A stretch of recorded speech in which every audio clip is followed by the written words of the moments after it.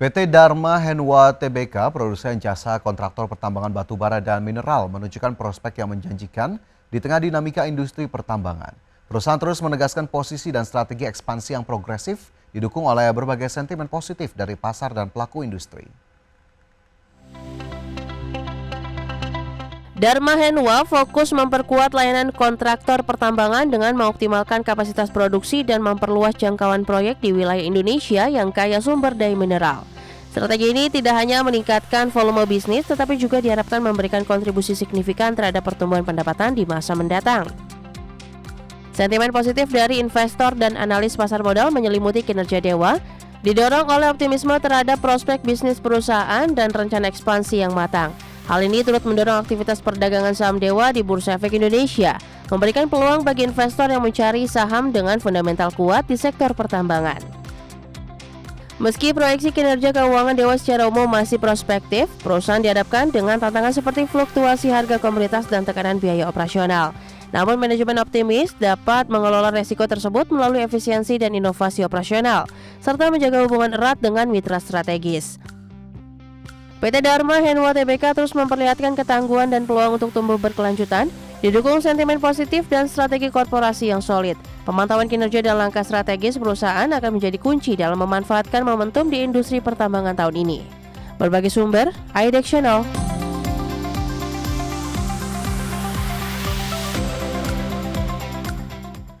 PT Indo Tambang Raya Megah Tbk atau ITMG membukukan kenaikan produksi batubara di paruh pertama 2025. Namun penurunan harga jual rata-rata membuat kinerja keuangan perseroan tertekan.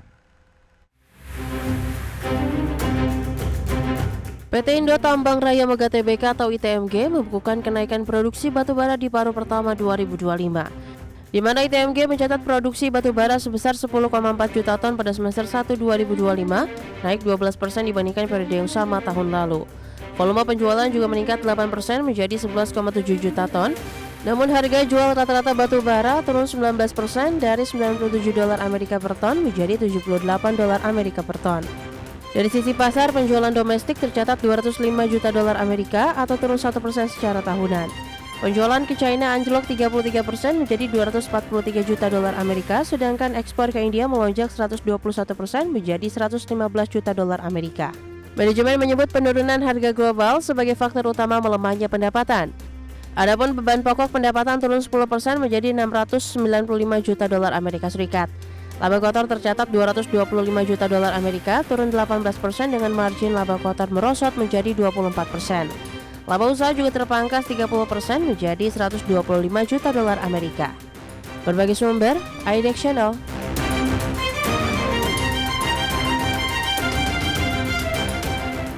Ya, selanjutnya pemirsa kita bergeser ke indeks harga saham gabungan di mana pada penutupan perdagangan di sesi pertama Rabu, indeks harga saham gabungan jika kita cermati masih mengalami kenaikan, bahkan melampaui lebih dari 1%, 1,28% ke level 7.891.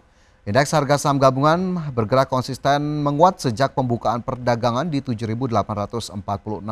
Setelah perdagangan di Selasa sebelumnya, IHSG hampir menyentuh level 7.800, tepatnya 7.791. Nilai transaksi di sesi pertama mencapai 11,25 triliun rupiah. 377 saham menguat, 249 saham melemah dan 330 saham lainnya bergerak stagnan. Dalam 3 hari terakhir, indeks harga saham gabungan bergerak di zona hijau. Dan kita cermati sejumlah data dari perdagangan sesi pertama, saham-saham yang masuk dalam kategori top gainers diantaranya ada saham Telkom yang naik 6,29% ke level 3.380, saham DSSA naik 6% ke 88.625, kemudian Cuan juga naik 3,17% ke 1.625 dan PTRO naik 1,55% ke 3.920.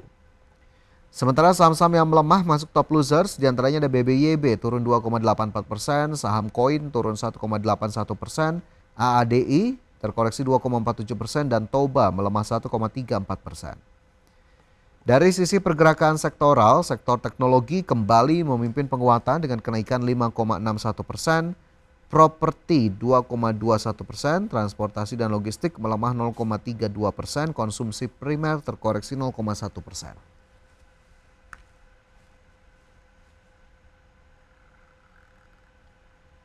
Kembali bersama kami dalam IDX First Session Closing. Pemirsa, PT Wahana Interfood Nusantara Tbk tetap optimis menghadapi tahun 2025 dengan fokus memperkuat pasar domestik yang menjadi tulang punggung penjualan mereka. Perusahaan pengolahan kakao dan coklat ini menargetkan pertumbuhan penjualan sebesar 10% hingga 15% pada semester kedua tahun ini melalui berbagai strategi pemasaran dan ekspansi distribusi. PT Wahana Interfood Nusantara Tbk atau KOKU memperkuat penetrasi pasar domestik dengan peluas saluran distribusi modern dan tradisional, termasuk peningkatan penjualan online melalui platform digital. Selain itu, perusahaan mengembangkan varian produk baru dengan rasa inovatif seperti green tea, mangga, strawberry, dan juga produk selai hazelnut guna menarik lebih banyak konsumen serta memperluas segmen pasar. Untuk segmen UMKM dan Horeca Hotel, Restoran, Cafe, KOKU gencar melakukan demo aplikasi produk serta mengoptimalkan pemasaran melalui media sosial. Langkah ini diharapkan dapat mendorong penggunaan produk coklat dan kakao dalam berbagai kreasi kuliner sehingga meningkatkan permintaan dan loyalitas pelanggan di segmen yang terus berkembang ini. Dengan strategi pemasaran yang agresif dan inovasi produk yang berkelanjutan, KOKU yakin dapat mencapai target pertumbuhan penjualan di kisaran 10% hingga 15% pada semester 2 2025. Perusahaan terus berkomitmen menjaga kualitas produk serta memperkuat jaringan distribusi untuk menghadapi tantangan pasar global dan domestik. PT Wahana Interfood Nusantara menunjukkan komitmen kuat untuk memperkuat posisi di pasar domestik melalui diversifikasi produk dan pengembangan jaringan distribusi yang luas. Dengan berbagai langkah strategis tersebut, KOKU berharap dapat terus tumbuh dan berkontribusi positif bagi industri coklat nasional. Berbagai sumber untuk IDX.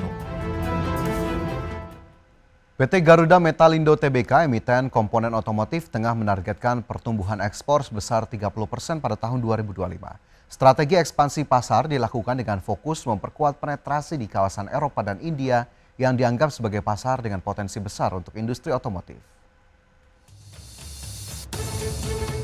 Pada paruh pertama tahun ini, nilai ekspor Bolt tercatat tumbuh hingga 35,8% year on year, mencapai 58 miliar rupiah. Peningkatan ini terutama didorong oleh permintaan yang kuat dari pasar Jerman dengan pertumbuhan 23,1%. Dan pasar India yang naik sebesar 30,7% secara year on year. Produk utama berupa komponen dan pengikat berkualitas tinggi menjadi andalan perusahaan dalam penetrasi pasar ekspor. Bolt terus mengembangkan jaringan pasar ekspor dan menjaga kualitas produk agar sesuai dengan standar internasional. Fokus pada peningkatan kapasitas produksi dan inovasi teknologi diharapkan dapat mendukung perusahaan dalam memenuhi permintaan yang meningkat sekaligus membuka peluang di pasar lain yang potensial. Dengan strategi agresif memperluas jangkauan pasar ekspor, PT Garuda Metalindo tetap optimis mampu mendorong pertumbuhan berkelanjutan di tahun 2025. Langkah ini diharapkan memperkuat posisi Bolt sebagai pemain utama komponen otomotif di pasar global. Berbagai sumber untuk IDX.